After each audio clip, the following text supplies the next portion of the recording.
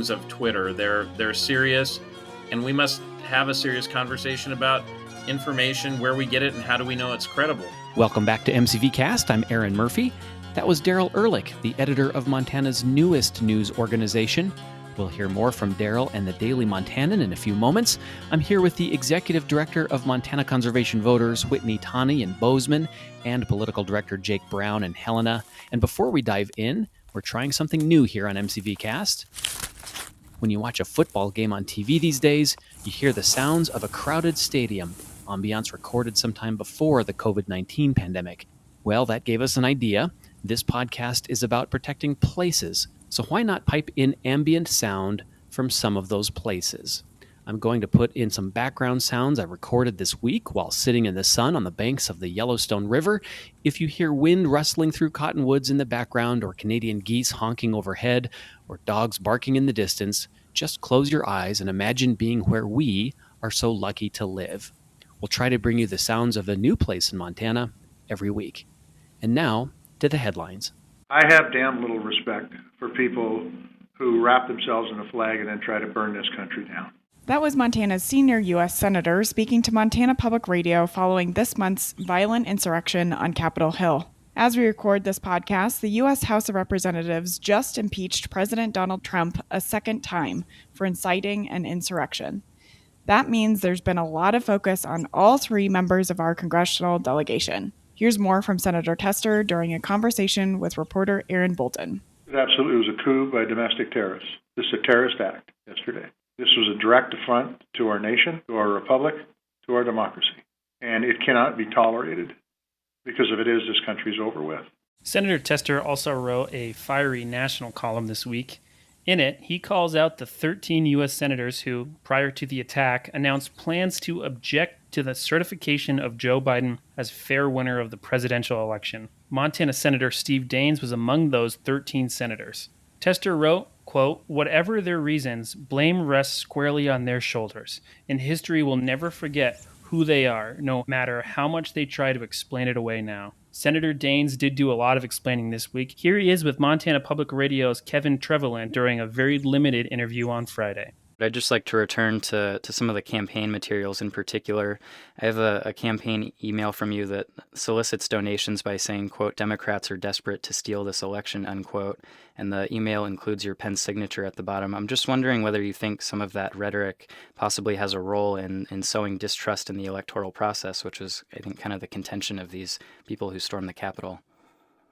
Well, we've all become, I think, too cavalier in believing that it's very easy to distinguish between campaign fundraising hyperbole from the work of actually governing. Catch that? No remorse, no apology, not his fault. Senator Daines blamed his inflammatory lie on us becoming too cavalier and separating fact from fiction. This after he lied about Democrats stealing votes, which led to a riot that resulted in the deaths and injuries of American citizens, including police officers. No wonder Senator Tester has little patience. I will tell you that I think Senator Daines knows better, and I didn't think it was a smart thing to do when he did it because of what could happen, and it did happen yesterday. I hope that he changes his course and starts doing a better job protecting this country and not his party. This week, Senator Daines announced he doesn't support impeaching the president because, he says, it would further divide the country. After days of blowback, he did take the unusual step of admitting there is no evidence that Antifa instigated or was involved in the insurrection, which, to most of us, is common sense. Montana's only member of the House, by the way, is still spouting conspiracy theories and explaining why he rejected the results of the election. And he continues to parrot partisan talking points that we won't waste your time with. But we have a bunch of links to what our lawmakers are saying and doing. Check them out in our show notes. Security has tightened at the Montana State Capitol since the attack in Washington. Jake, you're spending a lot of time up there these days. What's been making news in Helena? That's right, Whitney. The FBI this week warned of a possibility of an armed protest at all 50 state capitals. And that prompted the Department administration to beef up security here, though the Gianforte administration hasn't released many details about what this actually means. This comes on top of news that a second lawmaker has tested positive for COVID-19. Representative Fiona Nava of Columbus has not been at the Capitol since the session began. Another Republican, Representative David Beatty of Hamilton, says he contracted the virus before the session and that he wore a mask before his diagnosis. MCV had a quick reaction to the release of Governor Gianforte's budget this week. He claims it will result in tax cuts without cutting essential services, but it does cut general fund spending by $100 million. We are pleased the budget funds many of the state agencies and outdoor programs we care about, but Gianforte does not include dedicated conservation or public land funding from the anticipated marijuana tax revenue approved by Montana voters on November 3rd. Nearly half of that revenue is designated to bolster state public lands funding, and of course, legislators ultimately approve where Montana's money goes, and we'll stay on top of them to make sure their work reflects our priorities. Governor Gianforte has chosen Misty Cool to serve as his new Director of Indian Affairs. Cool is a member of the Fort Belknap community. Born in Havre, she's an alumnus of MSU Billings, and she replaces Jason Smith in the Montana Department of Indian Affairs. A Bozeman group called the Gallatin-Yellowstone Wilderness Alliance wants to designate 800,000 acres in Custer National Forest as wilderness. Doing so would take an act of Congress and a signature from the president. The alliance says their proposal would protect wildlands stretching from West Yellowstone to the Pryor Mountains south of Billings. Currently, Senator Tester's Blackfoot Clearwater Stewardship Act is the only Montana wilderness bill on the books. In 2017 and 2018, both Senator Steve Daines and then Congressman Greg Gianforte introduced bills to remove protections from hundreds of thousands of acres of wilderness study areas across the state. It's no secret Montana's daily newspapers have come on hard times in recent years. Papers have decimated their newsrooms and bureaus, they've outsourced jobs, and we've all seen the resulting decline in local and statewide coverage. But journalism in Montana and the need for it is more important than ever, and we've seen an uptick in new online news organizations. This month, the Daily Montanan opened shop in 3 locations across the state, with a staff of 4 and a commitment to report on news that affects Montanans' lives. The editor of the Daily Montanan is a familiar name in Montana's journalism community, and he is this week's guest.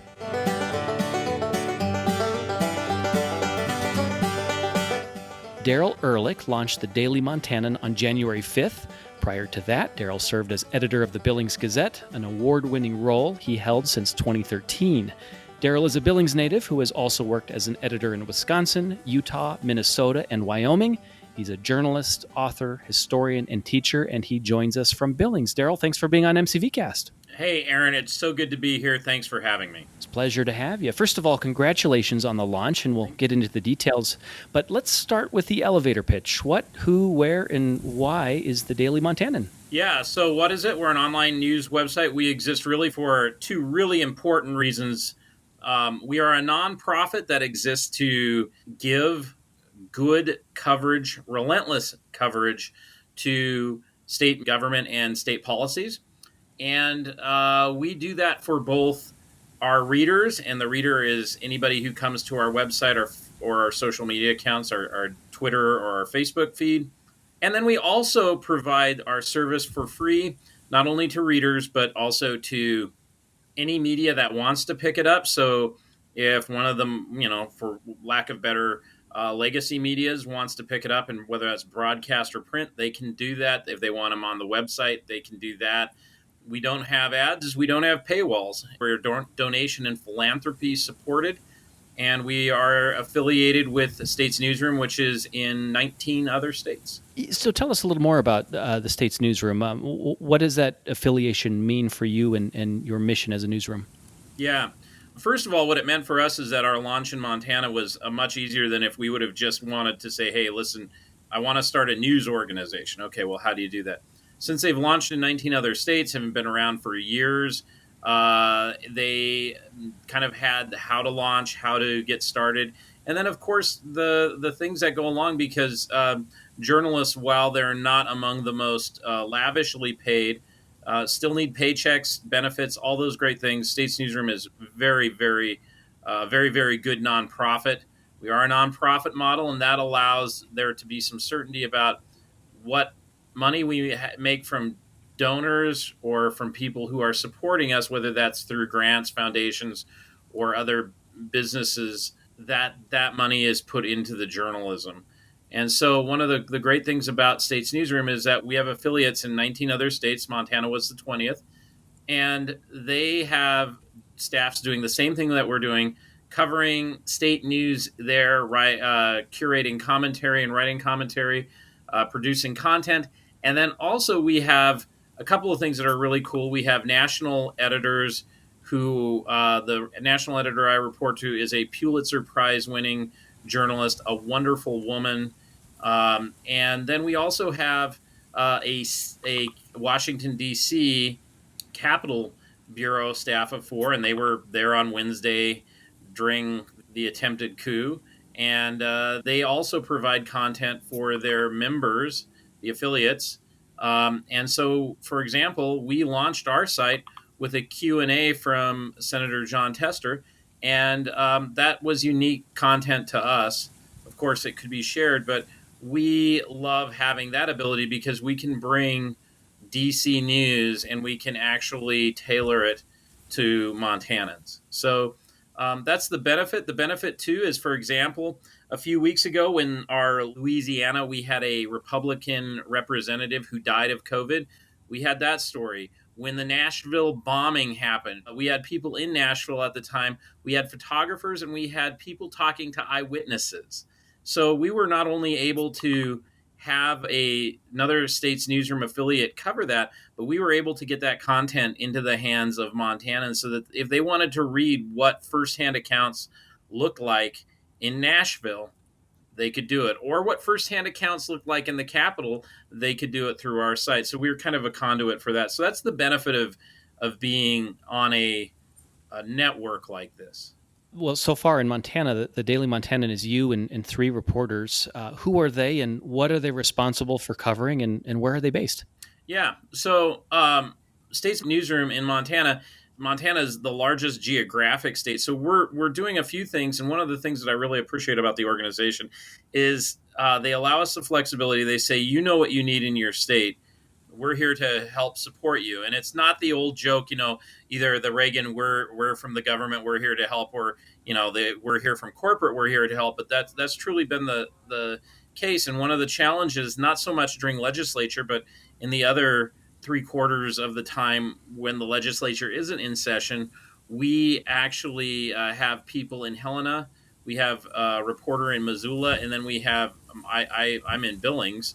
So we're able to kind of spread out, and I think that that's advantageous. I was born and raised here. I've been a journalist here for 7 years prior to that with the Billings Gazette.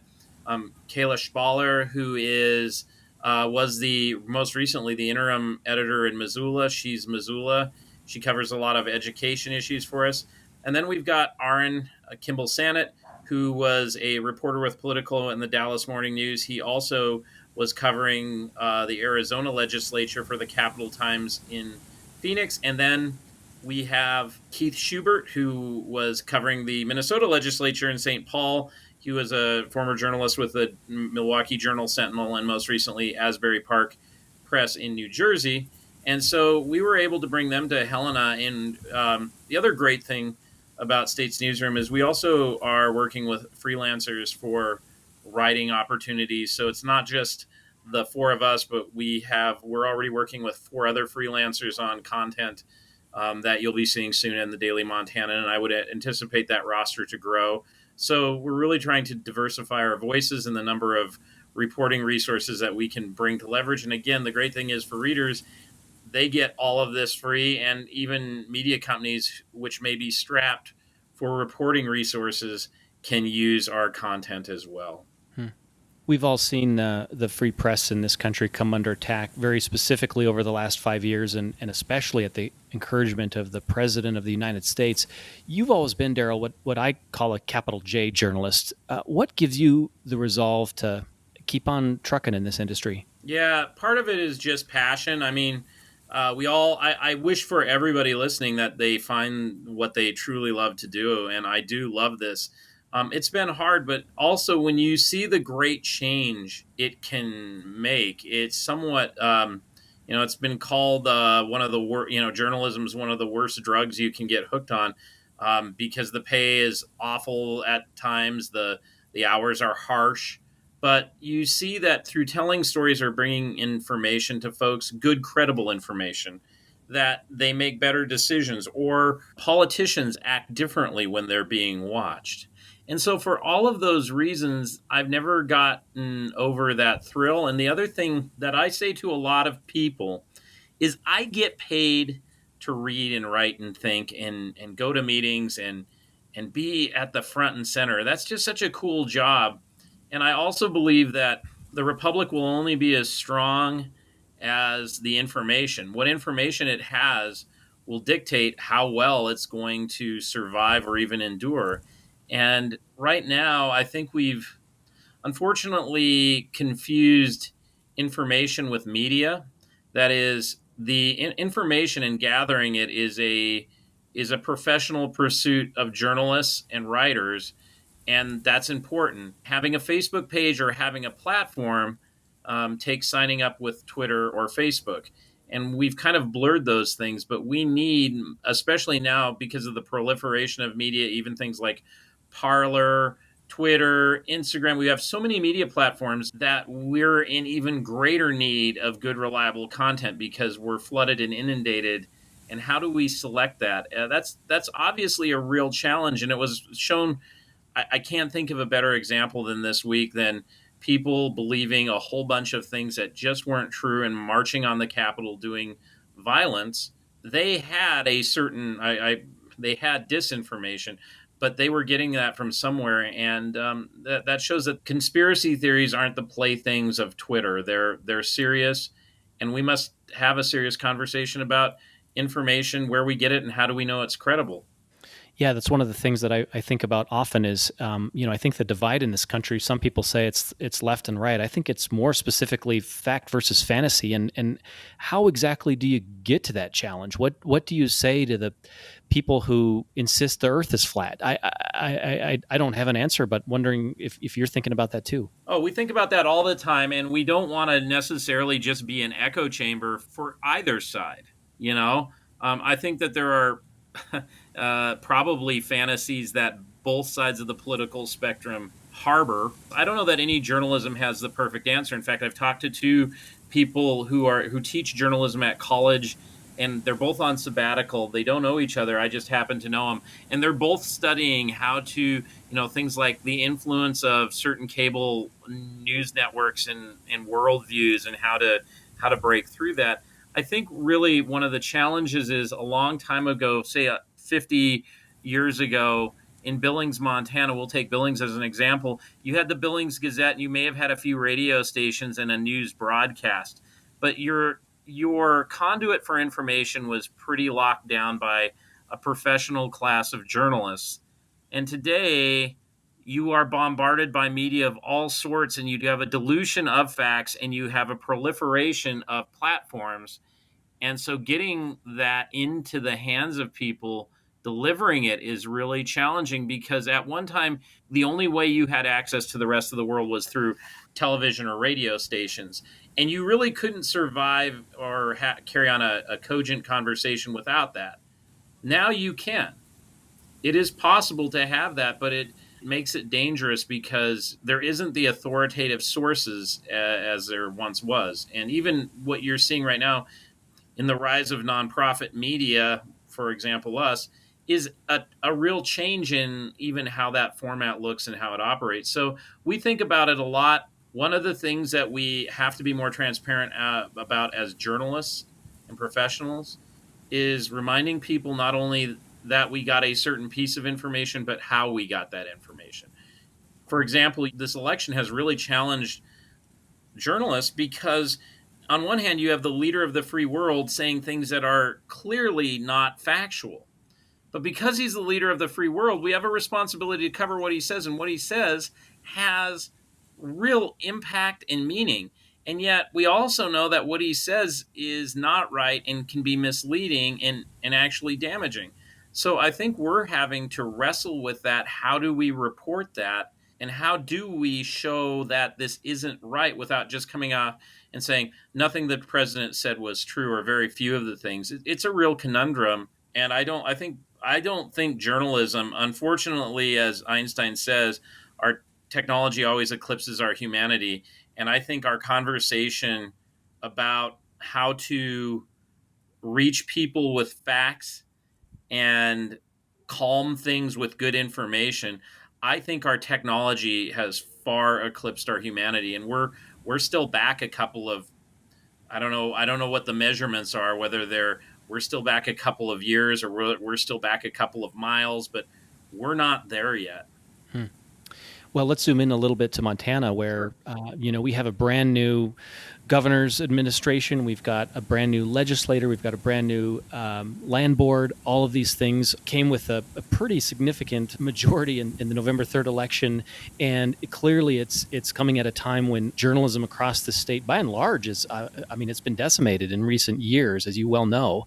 So, what is your strategy or responsibility to covering, say, the work of an administration of a governor who, well, he's known worldwide for an incident involving a reporter? How do you face that?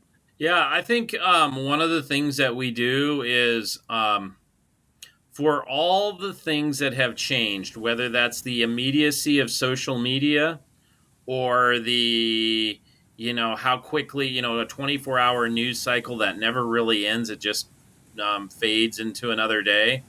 Ironically, it's the basics of our industry that we go back to, which is, so we had a governor or we had a representative who body slammed a reporter.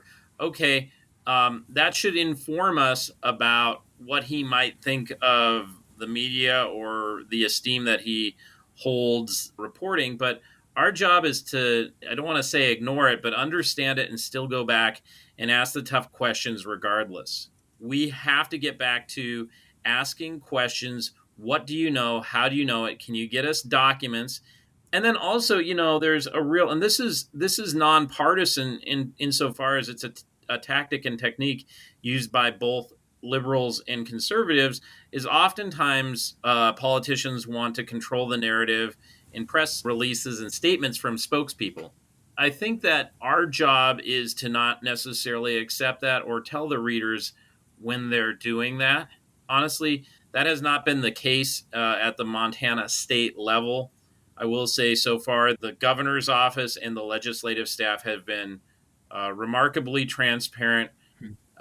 Legislature, including the Capitol Press Corps, which is smaller than it used to be, but very, very competent, whether it's my colleagues at Lee or whether it's Montana Free Press. They're very, very good about including and working together. And I just have to tell you that we've been welcomed in, and no one has ducked us so far. So our plan is to not just cover things for people who need to understand the state government, but help contextualize. A lot of times reporters assume the readers or their audience know why certain things are important, like, okay, a budget bill, or why is the appropriations committee important? And hopefully when we're doing our best job, we're lending context and understanding. Because government is tricky. I mean, you've been to Washington. You understand things like appropriated and allocated funds are two different things, and most readers wouldn't understand some of those differences. So that's part of our job too. Is we work around this every day. We need to help translate and explain what the government's doing. Well, Darrell, where can folks find the Daily Montanan? Yeah, they can find it at www.dailymontanan.com. We have a daily newsletter that I write, so I'll apologize in advance. If you don't like my writing, you probably won't like the Daily Montanan, although the newsletter basically just points out what we're doing, what we've produced in the last 24 to 48 hours. And then we also spotlight some things that people can submit favorite photos of Montana products that they think are cool that other people should know about. I usually throw in one song of the day because I'm a shameless music junkie. And then we have our social media. We have Facebook and Twitter. And then we have a group of editors across the state who pick up the content that we need, and we're really proud of that. So hopefully getting to us or finding our content, whether they're supporting their local newspaper or whether they're online, hopefully they're finding us and seeing the content. Great. Darrell Ehrlick is the editor of the new online news organization, the Daily Montanan. Check it out again at dailymontanan.com. I subscribe to that newsletter, Darrell, and I can tell you it is worth my time. So thank you. And thanks for joining us, and best of luck to you in the weeks ahead. Hey, thanks so much for having me, and best of luck to you, too, in 2021.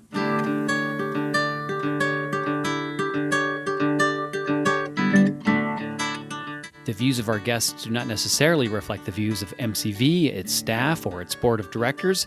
We recorded our interview with Darrell on January 8th, and we've got more info about the Daily Montanan and Darrell and his team in our show notes.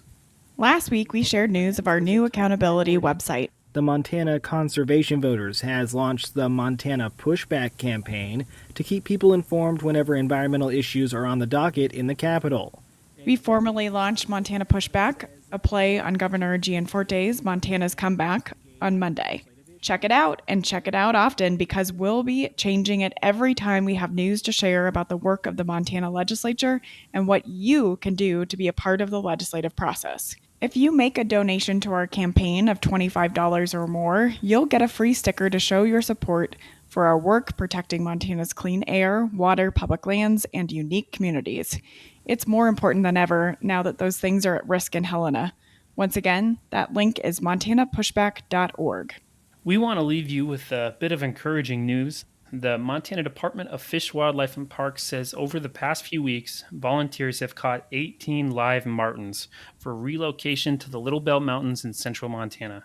Martens are sharp-toothed members of the weasel family that sound a little bit like this. But martens have disappeared from the Little Belts over the past century, likely because of illegal fur trapping. FWP volunteers caught the 18 martens in other parts of Montana since early December, and they hope to relocate as many as 30 of the wild animals by the end of next month. And that does it for us this week. MCVcast will be back next week with more news from the intersection of Montana politics and conservation. And when we do, we'll have a new president in office. Stay safe, get outside, and thanks for listening.